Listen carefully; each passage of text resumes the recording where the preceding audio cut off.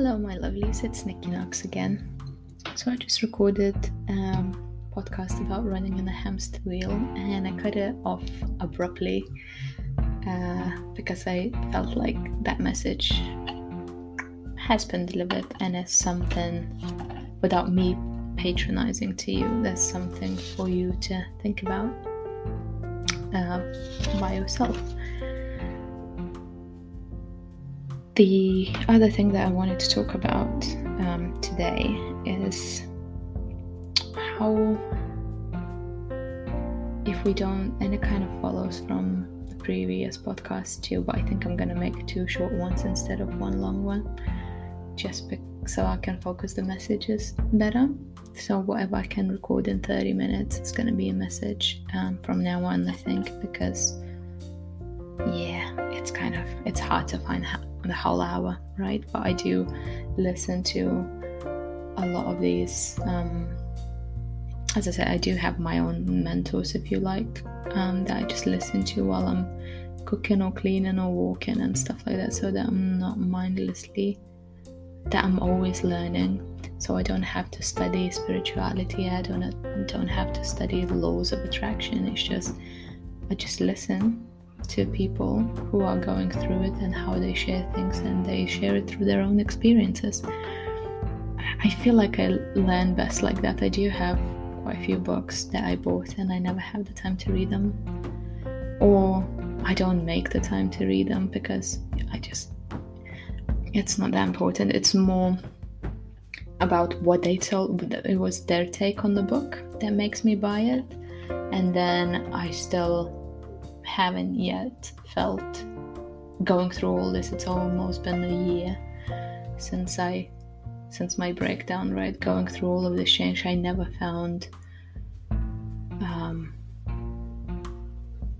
felt inclined enough to just sit down and read a book yet, but I'm sure once I'm gonna grab one, it's just gonna be an addiction, because I'm one of the people who picks up a book before bed and then spends all night reading it. So it gets addictive to me, and I think that's why I haven't done it yet, because I really learned that sleep is so important.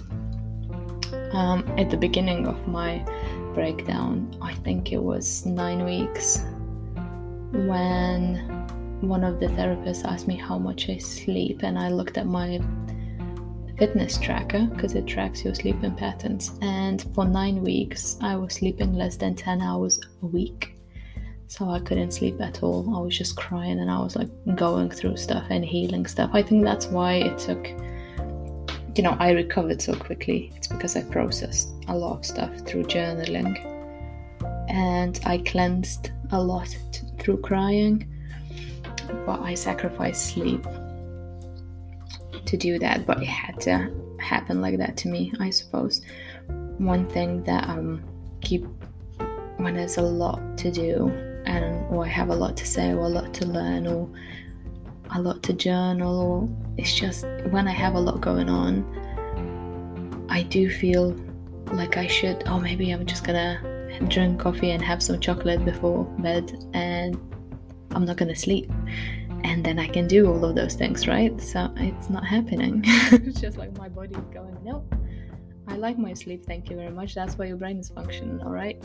Okay, so you need to deal with this real world, and you need to deal with your whatever, channelings and stuff like that, whatever spiritual side that's happening. And for me, that's my brain talking to me. For me to, digest those 2 different worlds, I need sleep. So fuck off. So try the coffees, try the chocolates, I'm still gonna sleep. And that's exactly what's happening. So I love my brain. It always kicks my ass. I learned how to be friends with my brain, to be fair, and that's through killing your ego. So not trying to be something, not trying to impress anybody, not trying to do this, blah blah blah. That it's called ego death. So I think it's so much harder for other people to do. It wasn't that hard for me. There was a lot of kind of limiting beliefs that I had from where I grew up in the country, where everybody looks the same, and you don't go to the shop at 7 o'clock in the morning to get milk unless you put full-on makeup on and you've done your hair and you're dressed like you're going to a wedding. 7 a.m. just fucking, you need milk in your coffee to actually wake up. What are you doing? So that's where I grew up. So for me to kill all of those things, that was more of an ego. To me, to prove something to others, it was never,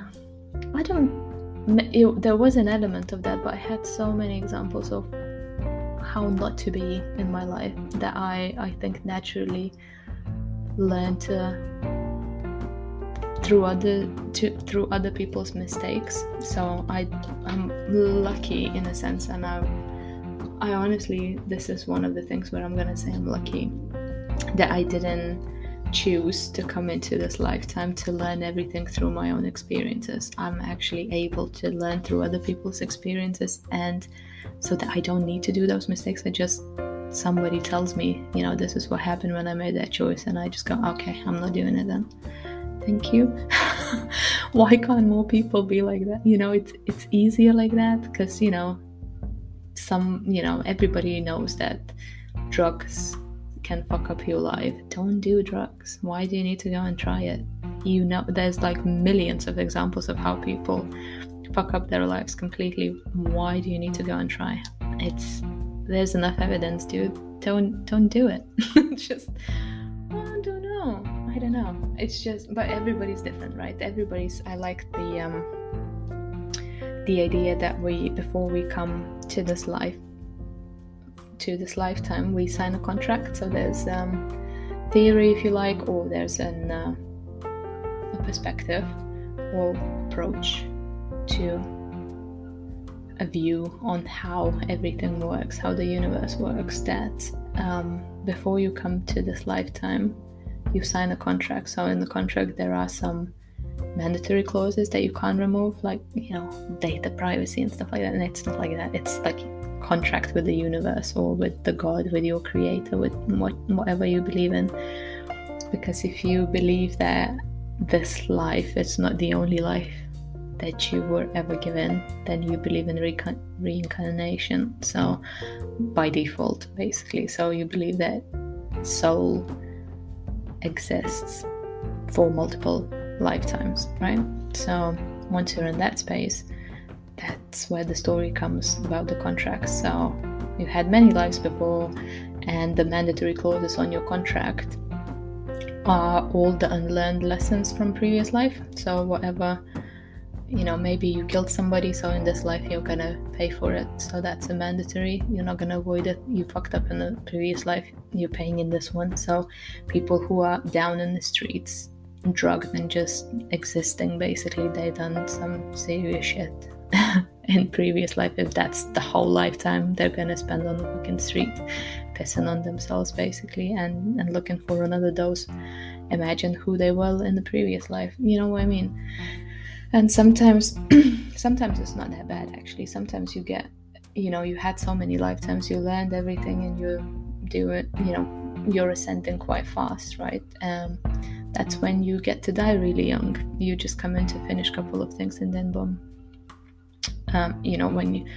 There are those stories, or you may have had friends and stuff like that they were the most amazing person in the world, enjoying every minute they had here on earth, and everything was going right for them, and they were just the light of your life, and boom, at 19 there's a car crash, and boom, they're gone, right? And you just go and you just cry your soul to sleep, thinking, but that person is doing everything right. Why did this happen? Well, because that person only came in to show you. So they've done everything right in previous life. If in the previous lives, if they came into this one and everything was flowing for them effortlessly, and they were just this radiant, amazing light in your life and everybody else's, and that we do have a lot of stories like that, right?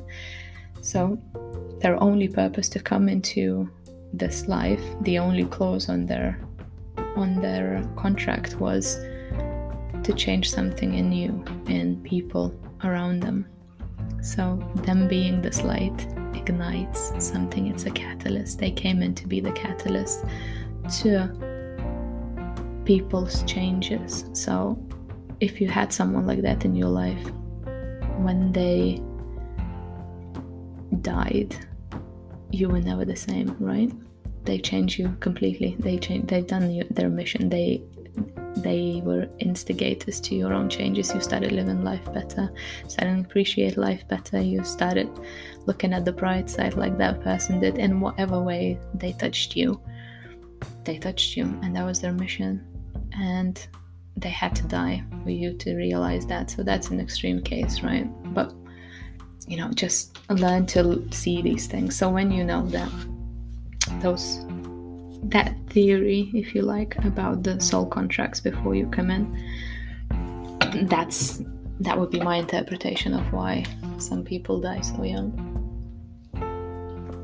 for no apparent reason. There's also like karmic cycles and stuff like that, or like there could be curses in the families and stuff like that. There's many different variations, but I'm not gonna get into all of them. So apart from the mandatory clauses that you are told you're gonna have to do it, because that's basically your balance from previous lifetimes. Just like, yeah, you've sorted out that much debt, and it's called karmic debt actually. So this is what's left for you. You're gonna have to go through this, and then there are some optional clauses where you choose what you want to do in this lifetime too. So maybe in the previous lifetime you were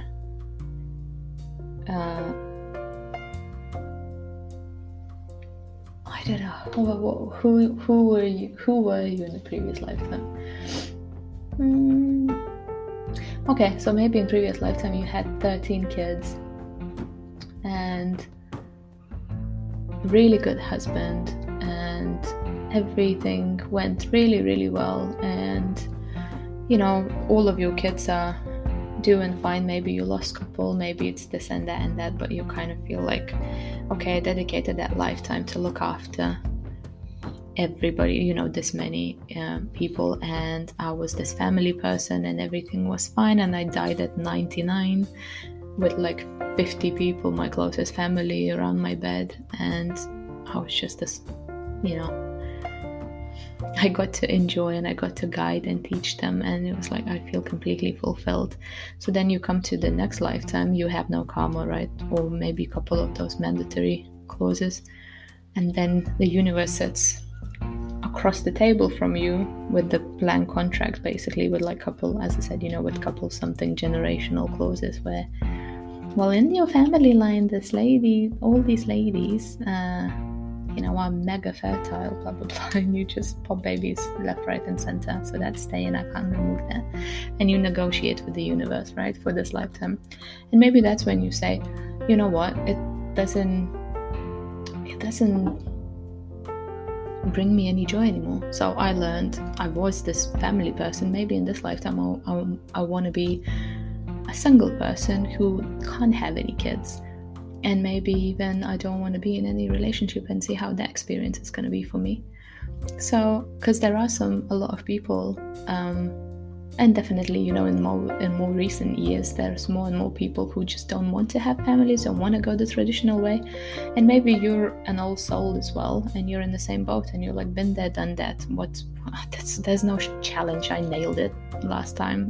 What else is there for me? What, you're gonna give me 18 kids instead of 13? Oh man, I can do it. If you like, they say if you have two kids, you can have, whether you have 3 or 5, it doesn't even matter anymore. You had to juggle. So you learn to juggle, and then it doesn't matter how many you juggle, right? It's just, it does matter. But you know what I mean? So it's like 13, 18, whatever. Where is the challenge? It's not interesting for me anymore. And each lifetime, when you actually align with yourself at some point, especially if you align to your true self quite early in your life. I was lucky, that my life fell apart when I was 30. So lucky me, I do consider myself lucky. So that whole tsunami hit me when I was 30. So I still get to experience a lot of things, I think, but it depends. So even this deadline at 30, I agreed to that milestone. I'm gonna, do all of those karmic things. I'm just gonna follow my family's generational patterns, right, of living with a narcissist, putting myself on the back burner and just dedicating my life with that other person up to 30, and then I'm gonna cut it off. And with me, this generational pattern ends, and my kids are not gonna have to go through that. So that was on my contract, I believe. And in that example of someone with 13 kids nailing it in the previous lifetime, maybe, they chose to come in and be a single person who's unable to have kids, doesn't even want it, and wants to be single. And there are people, and you know them at your work, maybe in your own family, where they're just content with that, and you just go, how? It's like it's glitching. Then again, them being okay with that when everybody else are thriving, everybody else's aspirations are to have kids and have family and have partner and date and be popular and get the attention, blah blah blah blah blah. How are they not getting affected by all of those influences? And it kind of blows your mind. So then so they chose that for themselves because it's not interesting, but by default they're actually changing you.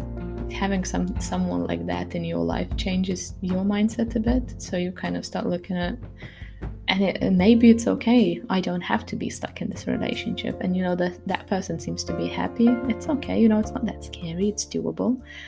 You know what I mean? Especially, it could be a celebrity, someone you look up to, your mentor, anybody really, if you have someone like that in your life. So whatever you choose on the contract, it has a ripple effect. The way you are in each lifetime has a ripple effect on other people, especially on your kids. So be very, very careful. I'm gonna have to talk about that separately, but choosing your life partners, choosing how you raise kids, you have no idea. So you just existing on this planet has ripple effect around all the people around you. So even if you feel like I don't matter, yeah, you do matter. Even having someone like that in your environment who's always down and depressed and feels like they're not enough or they're just not worth of anything, having someone like that has a ripple effect on so many people around them. And you always here for a reason, and you always here to heal, to grow, to learn, to seek, to love. You're always here to love. And whether your lesson, that lonely person's lesson, is to learn to love themselves, because that's why they can't attract any love, because if you don't love yourself, and that's a cliche, right? But if you don't love yourself, how can you love someone else? And how can someone else love you? So again, take accountability of that and see what you're not doing. Why don't you love yourself? Is it because you're a circle judging yourself for not having sharp corners? Which is idiotic, man. Why? Just why? Just think about it. And when you come in to this lifetime, you sign the contract with all the mandatory clauses, with all of the optional clauses. You decided what you want to do. That's the life that you're getting. And unless you're doing the work, and especially with the mandatory ones, it's going to be brutal, but with optional ones, you said, if you want to do this, if you're going against it and you're not listening to your intuition, you're not listening to what your soul wants you to do, because your soul is always going to guide you where you want it to be, right? So you said you want to be single and have no kids. Why are you in nightclubs picking up the guys and using no protection. What the fuck you doing? You know, you're gonna feel it when you're not where you're meant to be, because that's when it becomes more dangerous and dangerous and dangerous. And if you put all of these clauses on your contract, as in these things I'm gonna complete in this lifetime, whatever you fuck up and don't complete becomes your karma in the following lifetime. So dude, whatever you're going through, it's because you fucked up in the previous lifetime. So learn from that and stop fucking up. Just start fixing things. And fixing things means claiming your energy back. I'm always gonna go back to the same thing. I think I'm just gonna have all of my episodes here, because that's where everything ends up. And you can't work on anything. You can't get your life right unless you put yourself first. So unless you're gonna stop numbing yourself, unless you're gonna stop escaping and escaping the reality, escaping your shadow work, escaping what you need to do, stopping the hamster wheel, right? Unless you're gonna stop, it all comes down to you. It's only gonna get worse if you don't do the work, basically. So it's like also looking at the external sources to fix your problems. So maybe you have some deep wounds from childhood. Maybe you were abused in one way or another. Maybe your very first relationship when you were a teenager, you met your soulmate and they completely ripped your heart out and spat on it and set it on fire, basically. Maybe there are all of those things that happen to you, and now you're an adult and you're trying to fix all of these things with like meaningless relationships. So instead of dealing with the wounds, you go and just ruin everybody else's lives and upset them because you're hurting inside. You know that saying, hurt people. So if you've been hurt at some point in your life and you're not willing to deal with it, you're gonna go on and do to others what someone did to you. So in my example, if you took me as an example, the way my life could have turned last year in the traditional words, like I honestly, it hurts me to even call this tradition right now. It's like what's going on in the world and it becomes a norm. So norm, tradition is the same in my head, at least. So if I followed what is happening right now in the world, I left my partner after 11 years. I should have focused purely on my body. He placed this insecurity on me that I have no ass. I have really good boobs, but I have no ass. So it was like ass. So I should have gotten a revenge body, right? I should have gone to the gym, hit the gym, grow a massive ass that doesn't fit on one seat on the plane, just get one seat for each cheek kind of thing. Just get my waist tiny as fuck and I don't know, go on Instagram and become this role model of how I broke up with narcissist, and oh my goodness, look at me now.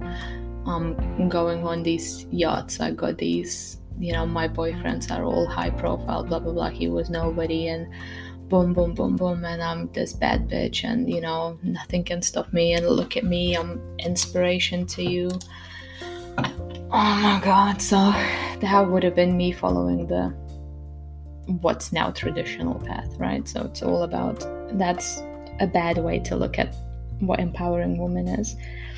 I think I'm glad I didn't go that way, but it could have gone that way. But if I went that route, I would have gotten that fucking ass, which I don't need and I don't want. But now that insecurity that I have no ass is so deeply in my fucking psyche that I can't uproot it. I do right now. I do want to work on my ass and get it. I don't want a massive ass. I just want some kind of ass, but I want it because it looks good in dresses and stuff, and everything hangs better if you have some ass. But hadn't he pointed that out, I wouldn't. Who looks at their ass? Well, I wasn't ever looking at my fucking ass. I have boobs, so I was, and you stand in the mirror with your front, right? You're not standing in your mirror with the back. So, but now it was him actually who pointed that out, so it's in my head. The only difference is I do want it for me now, for a complete figure, which, yeah, again, there is an element of I got that from him. If I went at that point to any other relationship, I would have punished that person unhealed. I mean, if I went to the relationship straight away with my, how long does it take to grow an ass? 2 months, 3 months? I don't know. Even if I went out and, straight away, I left him, I'm free, blah, blah, blah. I'm just going to go and date because he was really against me having any pictures on social medias and blah, blah, blah. And he even he was mocking my sister when she was doing that, and she blocked him and stuff like that. So it was like posting anything anywhere is a no-no, which is it's all right now because everybody's stealing everything, right, and creating these fake picture profiles and stuff like that. It's not a bad habit not to have, but at the end of the day, I could have done everything opposite. So all of the things that he was kind of talking down on and I was not doing, even though maybe I kind of felt like sometimes like I wanted to post something, if I've gone completely the wrong way, the opposite way of how I was living, I would have hurt other people. And when you go and have these rebound relationships, all you're doing, you're creating more hurt and potentially more karma and more damage. You need to take accountability of that too. So it's not just you not healing, but you're breaking others around you. Everybody gets affected. Everything's a ripple effect. So if you're not dealing with something, it affects all of your relationships, affects your kids. If you have kids, it affects your family, because it's how you are that rubs on people in a good way or a bad way. So it's a lot of accountability, but that's the only way to sort yourself out so that you vibrate good into the universe instead of bad and negative. I think going to any relationships or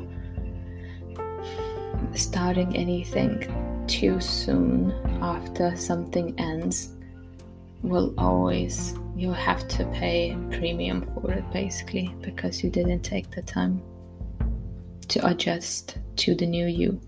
So every change changes you, right, as well. So it's not just, I changed my job and I'm just gonna crack on as usual with everything else. No, that job requires you to be different. So there's gonna be an adjustment period to take a week in between changing those jobs or something. Take a weekend for yourself to just readjust a bit, because if you're gonna go unprepared and not connected to the new you that you're gonna be to accommodate that change, you're gonna feel it. Every move you make. It's easier to think about it when you and take that accountability once you've kind of aligned with yourself. It's not as scary. I do now realize that, me saying all of those things, if you're spiraling, it's not going to be very helpful, is it? It's going to kind of make you feel even more paranoid. So please don't feel triggered. I will continue on the next podcast. So see whatever follows this one up. Okay? Thank you. Speak soon. Love you.